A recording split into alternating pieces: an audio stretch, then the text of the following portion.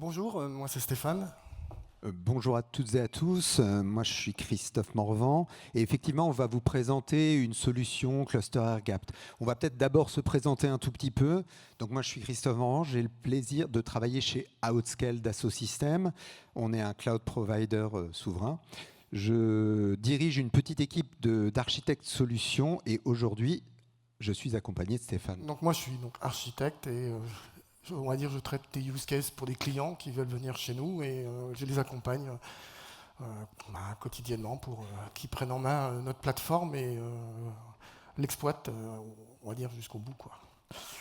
Exactement. Et donc aujourd'hui, on va vous parler d'une expérimentation qu'on a faite, vous faire un retour d'expérience sur la construction d'un cluster IA totalement isolé. Ce qu'on va vous raconter, c'est très simple. On va vous présenter notre approche, on va présenter les difficultés auxquelles on a été confronté, les solutions qu'on a trouvées pour réussir à les résoudre, et finalement, on va s'intéresser à la question de comment on transforme cette expérimentation en quelque chose de peut-être un peu plus industriel. La première question que vous êtes tout à fait en droit de vous poser, c'est pourquoi est-ce qu'on aurait envie de faire de l'airgap pour de l'IA? En fait, c'est très simple. C'est très simple parce que l'IA, c'est quelque chose qui est extrêmement gourmand en données, pas seulement pour entraîner les bonhommes. À l'usage, on a besoin de données. Donc, protéger les données, ça peut être un enjeu, en particulier mettre en place des logiques de contrôle d'accès. Et puis, plus globalement, mettre en place, pour des logiques de conformité, des règles de diffusion, comme par exemple C3. Et puis le dernier point, qui est un point important et qui tient beaucoup à cœur de Stéphane, bien sûr, c'est la sécurisation du déploiement applicatif, c'est-à-dire avoir une maîtrise de la chaîne d'approvisionnement logiciel. Donc après ce préambule, maintenant, rentrons dans le vif du sujet. Donc là, dans le périmètre, pourquoi de l'airgap, on vient d'en parler, hein, c'est des restrictions essentiellement.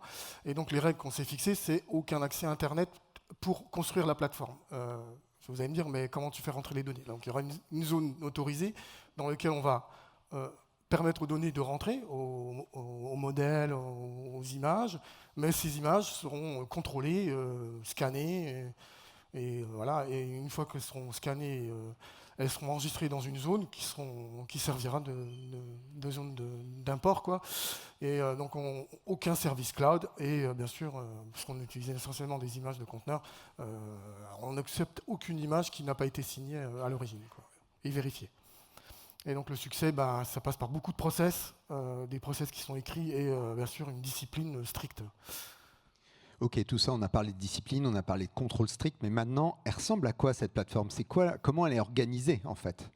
Donc, je vais juste raconter l'histoire, hein. C'est que c'est un client qui est arrivé, qui nous a dit on veut une plateforme complètement sécurisée. Et ben oui, ok, on a proposé une première version qui a été rejetée parce qu'elle n'était pas du tout sécurisée. Voilà. Et donc du coup, je me suis dit pourquoi pas utiliser les dernières technos, pourquoi pas du Talos ou là, voilà. Donc j'ai monté un cluster Talos et puis je me suis dit avant de le monter, je vais tout couper et je vais essayer de le monter. Et petit à petit, on se rend compte qu'il nous manque plein de choses, quoi. C'est parce que Talos il a besoin d'images pour tourner.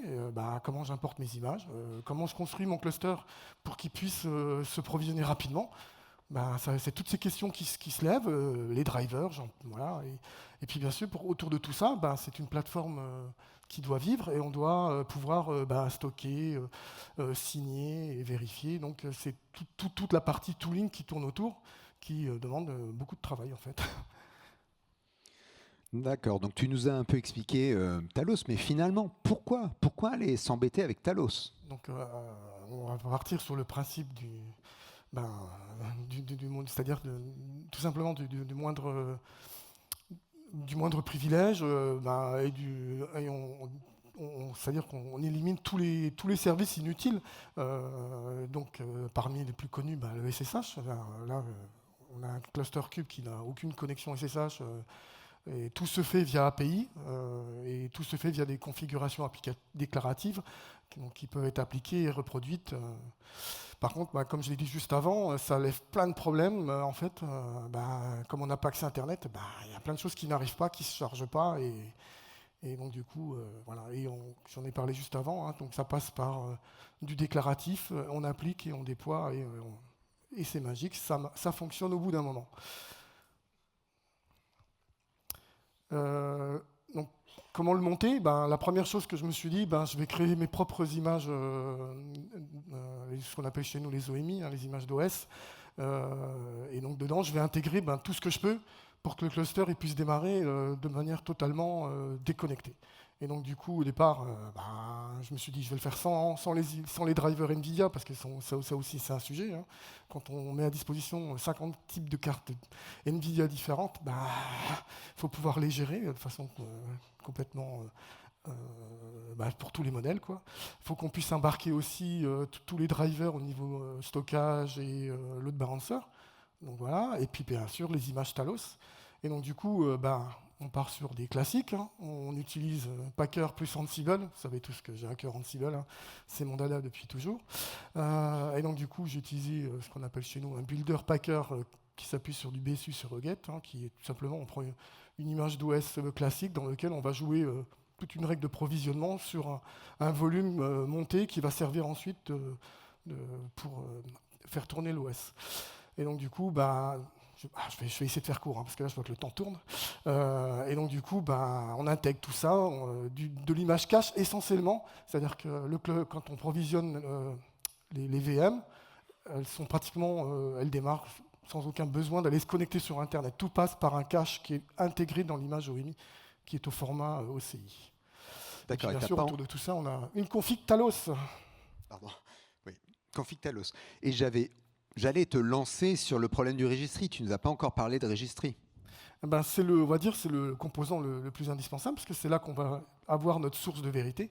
C'est-à-dire que c'est là-dedans qu'on va stocker tout ce qui va rentrer dans la plateforme et qui doivent être contrôlés au préalable dans la zone d'import. Et bien sûr, pour qu'on soit au courant de tout ce qui existe dans notre plateforme, on va appliquer les meilleures pratiques. On va mettre du SBOM. Donc, si je reprends le schéma de pool, quand notre cluster Talos y démarre, la première chose qu'il va regarder, c'est est-ce qu'il y a des choses dans le cache.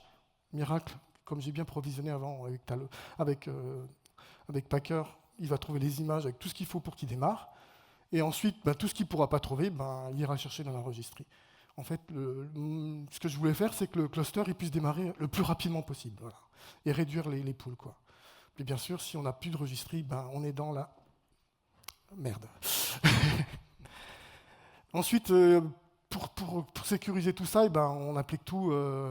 D'ailleurs, c'est mon premier élément que je suis obligé de provisionner, c'est la PKI, c'est elle qui va fournir, qui va gérer tout ce qui est secret, et puis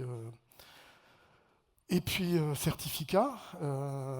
Et voilà, c'est ce qui va permettre de monter la plateforme. Donc, je l'ai dit tout à l'heure. Donc, le premier, c'est pas la registry, mais c'est la PKI qui permet de mettre en place le SSL sur la registry, et ainsi de suite. Et petit à petit, on lève tous les lièvres et on apporte toutes les corrections. Exactement. Et maintenant, ce que vous attendez tous, comment ça a pu se planter?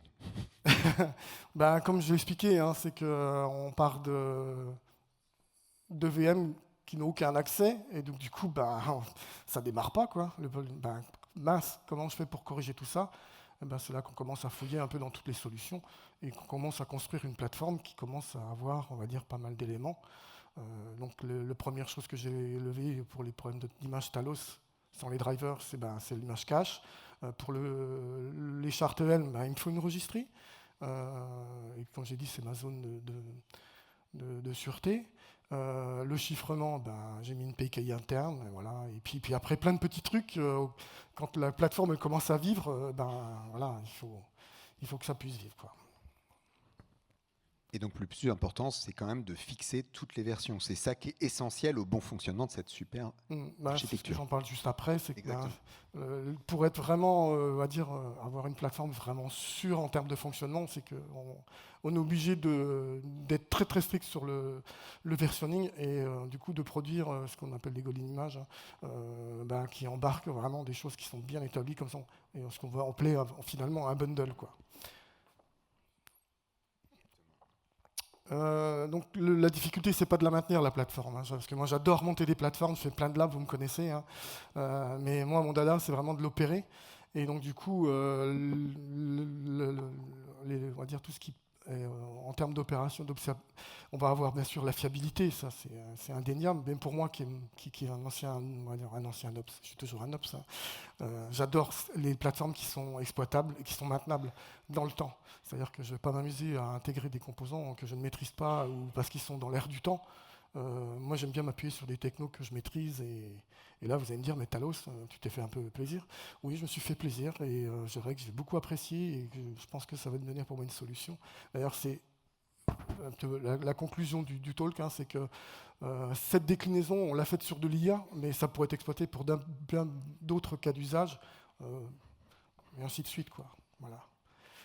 Exactement, exactement. En fait, si on peut résumer un peu ton propos, tu as 3 conseils finalement à partager ici. C'est le premier point, c'est quand on veut déployer ce genre d'environnement, il va falloir tester la paire de registries, les certes expirés, tous ces sujets-là. Ça veut dire quoi tester? Ça veut dire mettre en place des protocoles, documenter qu'est-ce qu'il faut faire quand on est confronté à ce problème-là. Et puis ensuite, il y a évidemment, on l'a déjà dit, registry et PKI, c'est vraiment le cœur du dispositif. Derrière tout ça, évidemment, il faut industrialiser, packager. Ça, c'est le grand motto de Stéphane, évidemment. Et puis, la suite, c'est effectivement comment on va pouvoir, par la suite, transformer cette expérimentation en un vrai projet industriel, en particulier en se détachant peut-être du sujet IA qui n'était finalement qu'un prétexte. Merci à toutes et à tous. Beaucoup.